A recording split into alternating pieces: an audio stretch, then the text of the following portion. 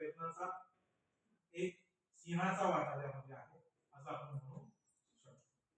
195 वर्ष झाली. त्यांनी मुलींसाठी काय सुरू केली? शाळा सुरू केली. तर पहिले मुलींसाठी शाळा नव्हती का?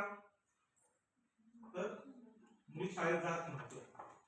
शाळा होती पण मुलं शाळेत जात होती, मुली शाळेत जात नव्हत्या.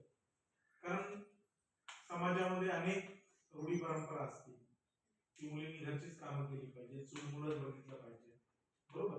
आणि निर्णय प्रक्रियांमध्ये त्यांनी सहभागी होता कामा नये, बरोबर. त्याचबरोबर त्यांनी नोकरी करायची नाही, म्हणजे फक्त काय करायचं? घरकाम करायचं, शेती करायची, मजुरी करायची.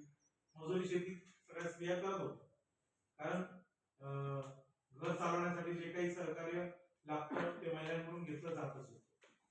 परंतु पहिली शाळा खऱ्या अर्थाने मुलींसाठी काढली की जिथे शिक्षणासाठी कोण यायला सुरुवात झाली? मुली यायला सुरुवात. आणि कोणत्या साली झाली ती?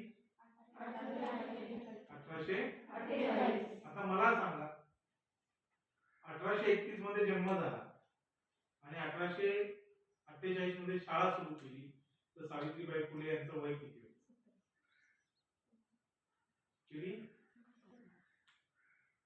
किती? वजाबाकी करा. 1848 वजा 1831, 17 वर्ष त्यांचं वय होतं. किती? आपलं किती आहे? त्यापेक्षा जास्त आहे. याचा अर्थ महात्मा फुलेंच्या सहकार्यातून, महात्मा फुलेंच्या पाठिंब्यातून त्यांनी काय केलं? मुलींची जर शाळा 17 वर्ष काढली, तर लग्न कधी झालं असेल? 9व्या वर्षी. त्यावेळेस काय होता? बाल